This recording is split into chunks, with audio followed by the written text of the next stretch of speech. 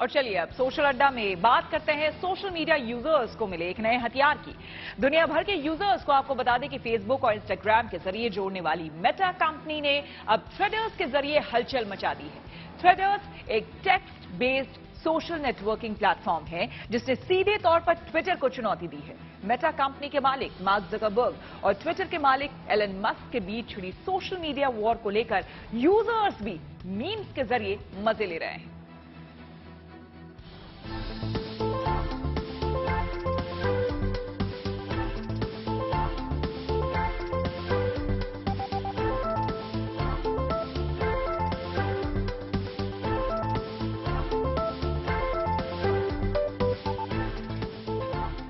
Social media की दुनिया में नए नेटवर्किंग ऐप थ्रेड्स की धमाकेदार एंट्री ने धमाल मचा दिया है।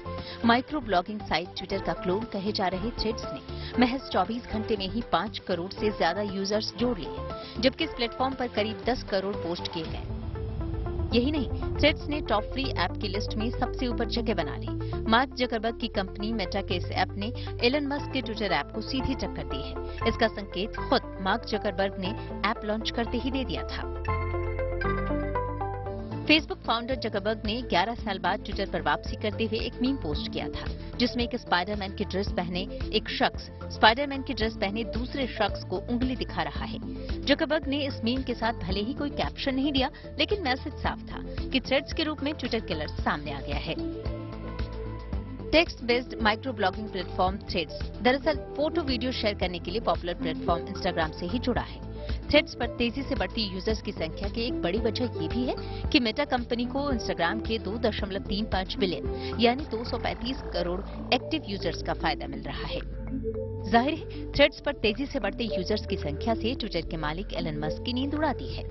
थ्रेड्स से घबराए ट्विटर ने मार्क जकरबर्ग को कानूनी नोटिस भी भेज दिया।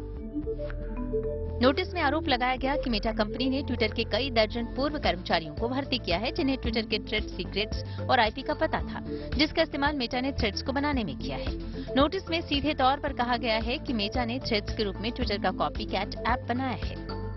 मस्क ने भी एक ट्वीट के जवाब में लिखा कि कंपटीशन अच्छी बात है, लेकिन चीटिंग नहीं।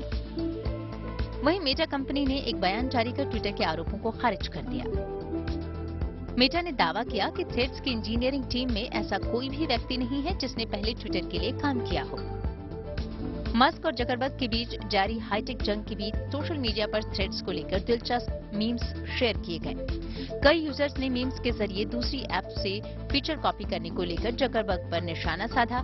कई मीम्स वीडियो में ये भी दिखाया गया कि थ्रेड्स पर आने वाले यूजर्स निराश होकर जल्द ही ट्विटर पर लौट गए। वहीं कुछ मीम्स में सोशल मीडिया मैनेजर की इस मुश्किल को दिखाया गया कि अब उन्हें एक और प्लेटफॉर्म पर अपने पोस्ट शेयर करने पड़ेंगे। स्पीड से गया उसी स्पीड से वापस आ जाएगा। इससे पहले थ्रेड्स के लोगों को लेकर भी यूजर्स ने कई दिलचस्प मीम्स शेयर किए। किसी ने थ्रेड्स के लोगों को जलेबी की तरह बताकर मजे लिए, तो किसी ने कहा कि ये तो उड़िया भाषा में लिखे ओम का ट्विटर वर्जन है। वहीं कुछ मीम्स में थ्रेड्स के लोगों को तमिल और मलयालम भाषा के अक्षरों से प्रभावित बताया गया। Bureau report, good news today. चलिए अब आपको दिखाते हैं ऐसी तस्वीरें जिनका जिक्र सरे रहा है। ये तस्वीरें सुर्खियों में भी है और सोशल मीडिया पर भी है। इनसे आपका बाखबर होना बेहद जरूरी है, क्योंकि चौराहे पर इन्हीं की चर्चा है।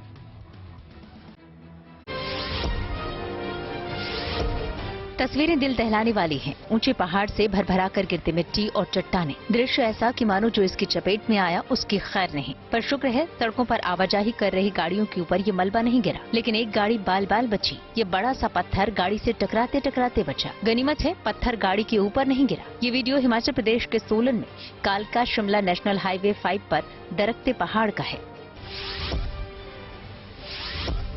ये वीडियो हरिद्वार का है, जहां एक डूबते हुए युवक के लिए जल पुलिस देवदूत बनकर आए। युवक हरियाणा के रोहतक का रहने वाला है। ये हरिद्वार कांवड़ यात्रा के लिए जल लेने आया था, लेकिन गंगा में स्नान करते वक्त पानी के तेज बहाव से डूबने लगा और बहकर हाथी पुल के नीचे पहुंच गया। अच्छी बात ये रही कि युवक ने थोड़ी हिम्मत दिखाई और वहां लगी चेन पकड़ ली। तब तक स्थानीय लोगों से जल पुलिस को घटना की जानकारी मिल गई थी। उन्होंने संजय नाम के इस युवक को सुरक्षित बाहर निकाल लिया।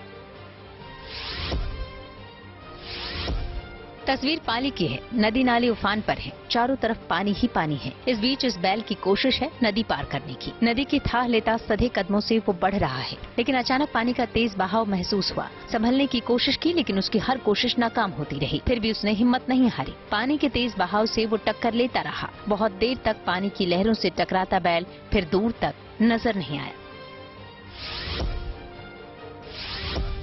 सोसाइटी के लिफ्ट में पेट डॉग को मास्क नहीं पहनाने पर बहस हो गई। वीडियो नोएडा की एक सोसाइटी का है, जहां कुछ लोग अपने साथ पेट डॉग को लेकर खड़ी महिला को समझा रहे हैं कि लिफ्ट में अगर वो अपने डॉगी को लेकर जा रही हैं, तो उन्हें डॉगी को मास्क पहनाना चाहिए, लेकिन महिला उल्टे उनसे उलझ जाती है। जब कुत्ते काटते हैं तो सीसीटीवी फुटेज चलते हैं ना न्यूज चैनल्स में। आप ये You know लोग that? चलाते हैं। हाँ ऑब्वियसली आप जैसे मैं चलाऊंगी। ट्रेन भरी हुई है ना, आप ये लोग ही चलाते हैं। क्यों नहीं वरना चलाऊंगी? गाँव में जो लोग होते हैं ना, उनके यहाँ कुत्ते बिल्कुल नहीं काटते। मास्क आप जैसे पहनो। लोग अरे कोई यार, कुत्ते उसको मास्क काटते हैं। पहनाने के लिए बोला, फिर मैं नहीं इतना ही बोला। पहनाऊंगी। बच्चों को स्कूल तक लाने की ये कवायद खूब सुर्खियां बटोर रही है। तस्वीरें बिहार के रोहतास जिले की हैं। बच्चों के बीच चक धूम धूम गाने पर डांस करती ये डिहरी में एक मध्य विद्यालय की शिक्षिका नंदिनी है। दरअसल ये डांस एक तरकीब है बच्चों को स्कूल आने के लिए प्रेरित करने की। स्कूल के लंच ब्रेक में ये बच्चों के साथ डांस करती है। पढ़ाने के तरीके में भी कुछ न कुछ नया करने की कोशिश करती है, ताकि बच्चों को स्कूल में मन लगे, उन्हें स्कूल आकर पढ़ना अच्छा लगे। इनकी ये कोशिश रंग भी ला रही है। स्कूल में बच्चों की संख्या में लगातार इजाफा हो रहा है।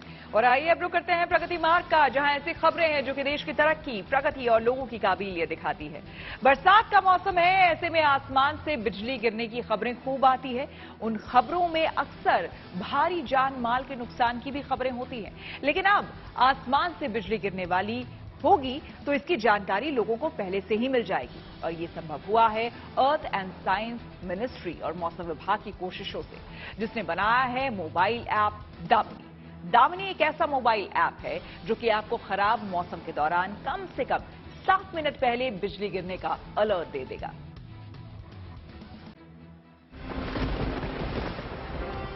आसमान से बिजली गिरना प्राकृतिक घटना है, मगर ये जहाँ भी गिरती है उनमें से कई जगहों पर जान माल और मवेशियों का एक बड़ा नुकसान भी करा देती है। हर साल 2500 लोगों की मौत बिजली गिरने से होती है। इससे कैसे बचा जा सकता है, इसको लेकर मिनिस्ट्री ऑफ अर्थ साइंस ने दामिनी ऐप लॉन्च किया, जिसे अब और इनहैंस किया जा रहा है। अर्थ एंड साइंस मिनिस्ट्री और मौसम विभाग का दामिनी लाइटनिंग अलर्ट ऐप, जिसे साल 2021 में इंट्रोड्यूस किया गया और अब इसके फीचर्स में विस्तार किया जा रहा है। दामिनी ऐप जो है ये आप गूगल प्ले स्टोर या एप्पल स्टोर से डाउनलोड कर सकते हैं। इससे आपको मिलेगा पिछले 21 मिनट में आपका आसपास कितने जगह कितना बिजली गिरा है, और ये एक्सट्रापोलेशन से बताता है कि जैसे अगर आपका 20 किलोमीटर के अंदर आपका पिछले 7-8 मिनट में गिरा है तो आप रेड अलर्ट जोन में है। 20 मिनट मतलब 20 किलोमीटर के अंदर कहीं भी उसका लाइटनिंग हो सकता है। Damini lightning app 7 minute, 14 minute और 21 मिनट में बिजली गिरने की संभावना देते हुए लगभग 40 किलोमीटर तक के दायरे का मौसम बताता है। इस ऐप में colour coding, alert system, ISRO satellite installation और रेडार सेंसर से आसमानी बिजली गिरने का कुछ इस तरह से संकेत मिलता है। तो इसमें अगर आप देखते हैं कि आपका जो लाइटनिंग है बहादुर के गढ़ के आसपास आपका पिछले 7 मिनट में लाइटनिंग हुआ है, और हमारा ये जो न्यू दिल्ली है इस इलाके में आपका पिछले 21 मिनट में लाइटनिंग हुआ है, नरेला वगैरह के आसपास। इसका मतलब है अगर आपका क्योंकि ये बहुत क्लोज है, हमारा बहादुरगढ़ भी बहुत पास है, आपका 20 किलोमीटर का जो जोन है उसमें मेरा मोबाइल अभी का जो मोबाइल है वो पड़ता है, तो इसीलिए मुझे रेड अलर्ट जोन में रखा गया है। नीचे आ रहा है मूव टू सेफ प्लेसेस, ये हमें इमीडिएटली प्रिकॉशन क्या लेना होता है वो बता रहा है। वैसे तो दामिनी लाइटनिंग ऐप हर किसी के लिए है, लेकिन खास तौर से ये एप्लीकेशन ग्रामीण आबादी के लिए ज्यादा कारगर है, क्योंकि गांव देहात घरों की बनावट, मानसून में खेतों में जलभराव के साथ ही पेड़ों के नीचे नुकसान होने की भी संभावना ज्यादा होती है। फिलहाल तो इस ऐप को अंग्रेजी और हिंदी के अलावा कई और भाषाओं में पेश किया जा रहा है। पहले ये सिर्फ अंग्रेजी में था, फिर हिंदी में हुआ, फिर धीरे धीरे भाषा बढ़ रहा है, बंगाली, संथाली, ये सारे भाषा आ रहे हैं, इसलिए आ रहे हैं, और गोरखा, नेपाली। आपको बता दें, देश में दामिनी ऐप के 83 ग्राउंड स्टेशन हैं और आने वाले समय में इस एप्लीकेशन के साथ नए ग्राउंड स्टेशन सेंसर लगाए जाएंगे। ये 40 किलोमीटर एरिया में होने वाले आकाशीय बिजली के बारे में जानकारी देता है।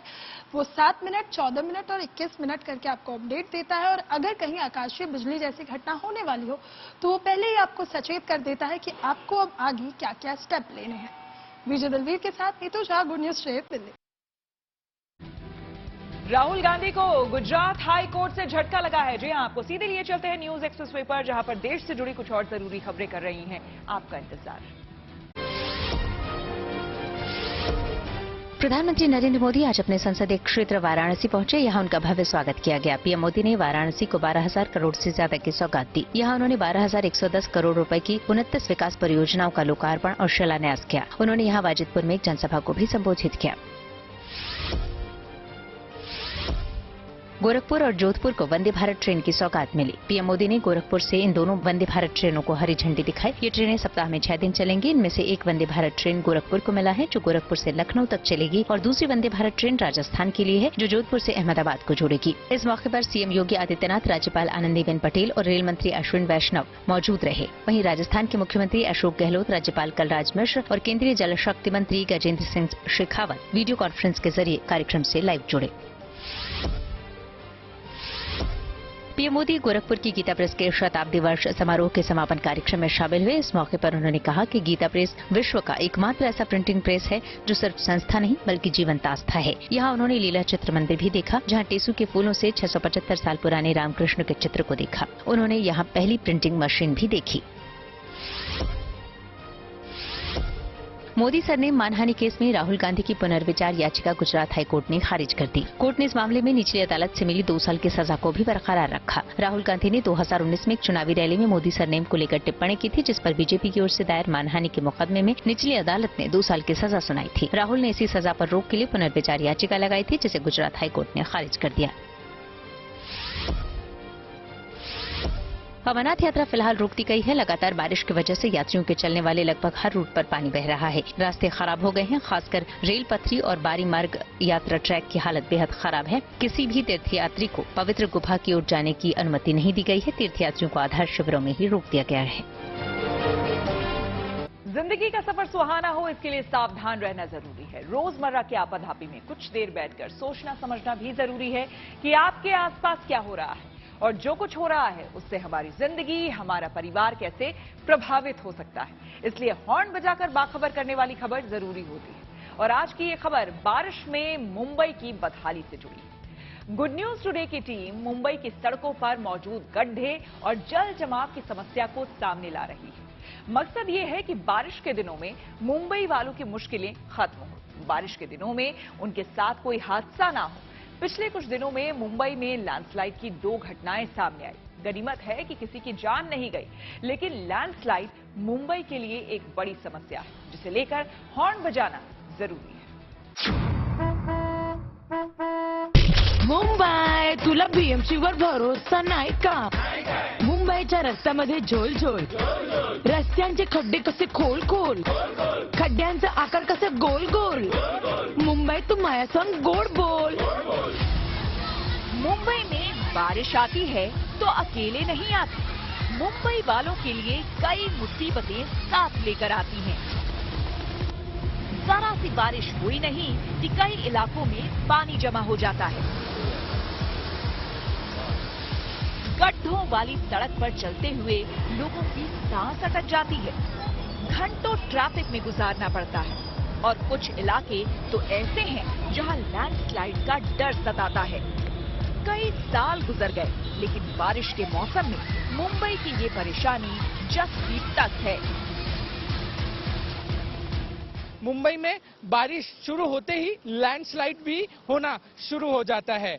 बीएमसी हर साल बड़े बड़े वादे करती है कि इस साल मुंबई में बरसात के समय दुर्घटना नहीं होगी, बिल्डिंग कोलैप्स नहीं होंगे, ट्रैफिक की समस्या नहीं होगी, जल जमाव की स्थिति उत्पन्न नहीं होगी। बट पहली बरसात आते ही सारे वादे धरे के धरे रह जाते हैं। सरकारें आती हैं, जाती हैं, बीएमसी में भी बदलाव होता है, लेकिन बारिश के दिनों में जो चुनौतियां सामने आती है उसका रास्ता नहीं निकलता। रास्ता निकले भी कैसे? आज तक गड्ढे की समस्या ही दूर नहीं हुई। बीएमसी पर भरोसा भला कैसे हो? मुंबई तुला पावसावर भरोसा नाही का? मुंबईचं ट्रॅफिक किती लांब लांब, ट्रॅफिक मध्ये आपण जाम जाम, सिग्नलचा आकार कसा गोल गोल, मुंबई तू माया संग गोड बोल. गड्ढे तो खैर मुंबई के सड़कों के नसीब हो गए हैं, मिटाए नहीं मिटते, लेकिन लैंडस्लाइड के खतरे का क्या करें? चेंबूर इलाके में बारिश से सड़क धंस जाती है और दर्जनों गाड़ियां मलबे में दब जाती है. खबर मिलते ही दमकल विभाग, नगर निकाय के कर्मी और पुलिस टीम मौके पर पहुंची. धंसी हुई सड़क और आसपास के इलाके की घेराबंदी की गई. बाद में गाड़ियां भी निकाल ली गई. गनीमत ये रही कि इस हादसे में किसी की जान नहीं गई, लेकिन लापरवाही पर सवाल जरूर उठे. बारिशों के दिन में यहाँ कंस्ट्रक्शन चल रहा था.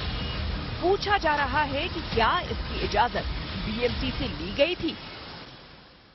खुदाई की जा रही थी, प्लिंथ बिठाया जा रहा था, नीचे खुदाई हो रही थी. उसी समय जो है वो ये लैंडस्लाइड हुई, जिसमें 15 से 20 गाड़ियां, बाइक्स मिलाकर जो है इसमें धंस गई. हालांकि गनीमत ये रही कि इसमें किसी भी जान का नुकसान नहीं हुआ, मगर सबसे बड़ा सवाल यही उठता है कि मुंबई जो है वो पानी पे बसा है. जब पानी पे बसा है तो उसके लिए बिल्डिंग बांधना हो या कुछ भी कंस्ट्रक्शन करना हो, बहुत सारे परमिशंस लगते हैं और बहुत सारी चीजें जो है वो देखनी होती है, जिसके बाद ही कंस्ट्रक्शन का काम जो है वो होता है. क्या बीएमसी ने सारी परमिशंस देखी हुई थी? क्या सारी चीजें सॉर्ट आउट थी? ये सबसे बड़ा सवाल जो है वो रहेगा. बारिश के दिनों में मुंबई अक्सर लैंडस्लाइड और सड़क धंसने के हादसे देखती है. कई हादसे बड़े होते हैं, कुछ छोटे मोटे, लेकिन खतरा तो हर हाल में होता है. हफ्ते भर पहले बोरीवली इलाके में मेट्रो स्टेशन के पास भी लैंडस्लाइड हुआ. बताया जा रहा है कि यहाँ भी लैंडस्लाइड की बड़ी वजह मनमर्जी से किया जा रहा कंस्ट्रक्शन था. सब कुछ होता है, उसके बाद चीजें आगे बढ़ती हैं, मगर बहुत सारी चीजें जो हैं वो क्लियर नहीं होती हैं और ऐसे हादसे होते हैं. ये जो हादसा हुआ है वो कॉलेज प्रीमिसाइज में हुआ है और उसके बाजू में जो है एक बिल्डिंग बन रही है. यही ऐसा ही सिचुएशन मुंबई के बोरीवली मेट्रो स्टेशन के पास माकथाना इलाका जहां पर हुआ था. जब लैंडस्लाइड हुई थी वहां भी कंस्ट्रक्शन का काम चल रहा था. वहां पर खुदाई का काम किया जा रहा था और खुदाई करते समय ही लैंडस्लाइड हो गई थी. ऐसा ही सिचुएशन चेंबूर के इस इलाके में हुआ. जब इसमें खुदाई की जा रही थी, प्लिंथ बिठाया जा रहा था, नीचे खुदाई हो रही थी, उसी समय जो है वो ये लैंडस्लाइड हुई, जिसमें 15 से 20 गाड़ियां, बाइक्स मिलाकर जो है इसमें धंस गई. हालांकि गनीमत ये रही कि इसमें किसी भी जान का नुकसान नहीं हुआ, मगर सबसे बड़ा सवाल यही उठता है कि मुंबई जो है वो पानी पे बसा है. अब आप ही सोचिए कि जब हालात ऐसे हों तो भला कोई बीएमसी पर भरोसा कैसे करे? मुंबई तुला बीएमसी वर भरोसा नाही का? मुंबईचा पाऊस कसा ओव्हरफ्लो, पावसामध्ये ट्रेन झाली स्लो स्लो, ट्रेनचा शेड्यूल कसा झोल झोल, मुंबई तू माया संग गोड बोल. मुंबई तुला पावसावर भरोसा नाही का? सड़कों की हालत सुधरती नहीं, गड्ढे कभी भरते नहीं, जल जमाव कम नहीं होता और उस पर से लैंडस्लाइड की समस्या. समझ लीजिए कि बारिश के दिनों में घर से निकलना दुश्वार है. मुंबई में कई इलाके हैं जहां लैंडस्लाइड का खतरा हमेशा रहता है. पहाड़ियों से पत्थर गिरते हैं और वहां आसपास रहने वालों की जान सांसत में रहती है. लैंडस्लाइड मुंबई में ऐसी मुख्य जगहों पे होती है जहां पर बहुत सारे लोग रहते हैं. मलाड हो गया, सायन हो गया, कुर्ला हो गया, चेंबूर हो गया. मुंबई में साल 2020 में एक घटना घटी थी लैंडस्लाइड की, जो कि वेस्टर्न एक्सप्रेस हाईवे पे थी. वेस्टर्न एक्सप्रेस हाईवे वो इलाका है जहां से हर रोज लाखों लोग जो हैं अपने काम के लिए निकलते हैं, यात्रा करते हैं या फिर घर के लिए लौटते हैं.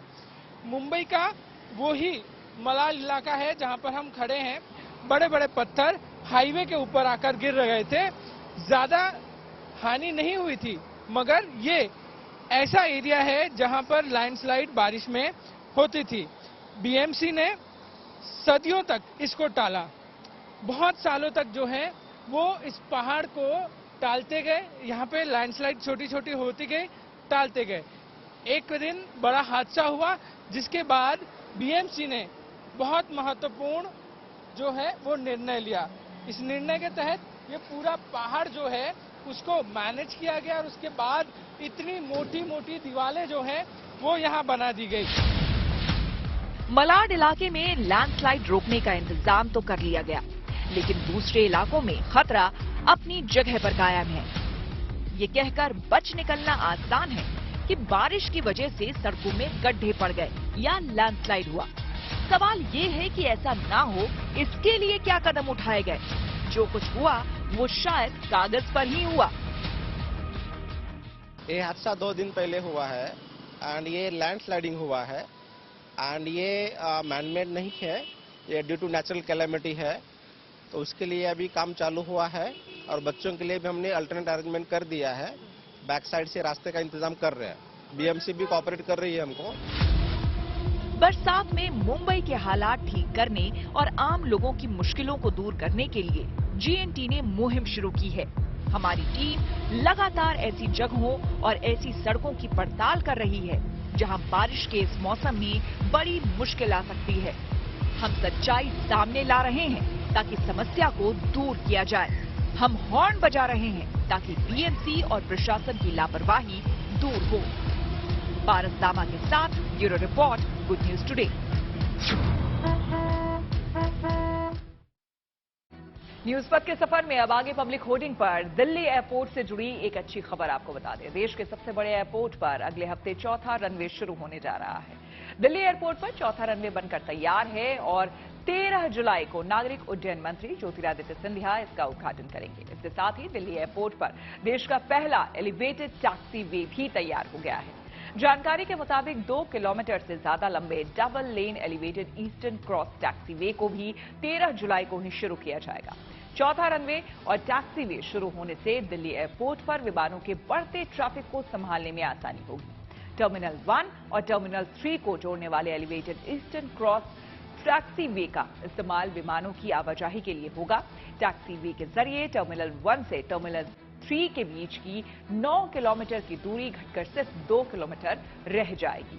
जाहिर है कि टैक्सी वे बनने से हवाई यात्रियों के विमान में चढ़ने और उतरने में लगने वाले समय और हवाई ईंधन में काफी बचत होगी। अभी 3 रनवे वाले इंदिरा गांधी इंटरनेशनल एयरपोर्ट पर रोजाना 1500 से ज्यादा विमानों का मूवमेंट होता है। चौथा रनवे शुरू होने से दिल्ली एयरपोर्ट पर और ज्यादा विमानों को हैंडल करने में मदद मिलेगी। डबल लेन टैक्सी वे की चौड़ाई इतनी है कि इस पर A380, B777 और B747 जैसी चौड़ी बॉडी वाले विमान भी आ सकते हैं।